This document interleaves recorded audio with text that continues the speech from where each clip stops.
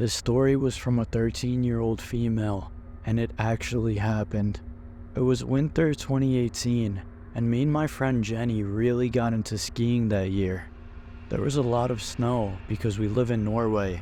Usually, we went with our dad, but this time, we didn't. Everything was great when we got there. We were laughing so hard and could barely breathe. But then, we happened upon a trail that was supposed to take us home. As we were walking the trail, we saw a man who just turned around and came back towards us. The trail was like a T, so it was kinda confusing to see him turn back. My friend is a lot better at skiing than I am, so I was behind her when I looked back and saw that man. Keep in mind, we were about 300 feet away from him, so we think that he ran towards us and then took that turn and slowed down. That is, he slowed down when we finally saw him. He kept on walking, and then I saw behind me again, and he turned and began sprinting towards us. I yelled and beckoned to my friend that he was on his way. We began to run with our skis in hand, but it didn't work at first.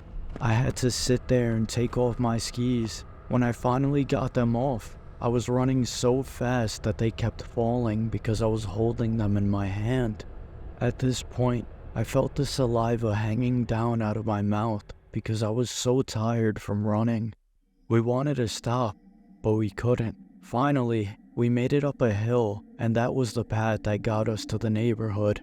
We decided to stop and recoup our breath because we were so tired from it. We thought he was gone, and then I looked in my friend's eyes, and her pupils got so big. I instantly knew that he was right behind us. We ran into the neighborhood, and I dropped my ski, but I didn't care, so I kept on going. But here was where the miracle happened.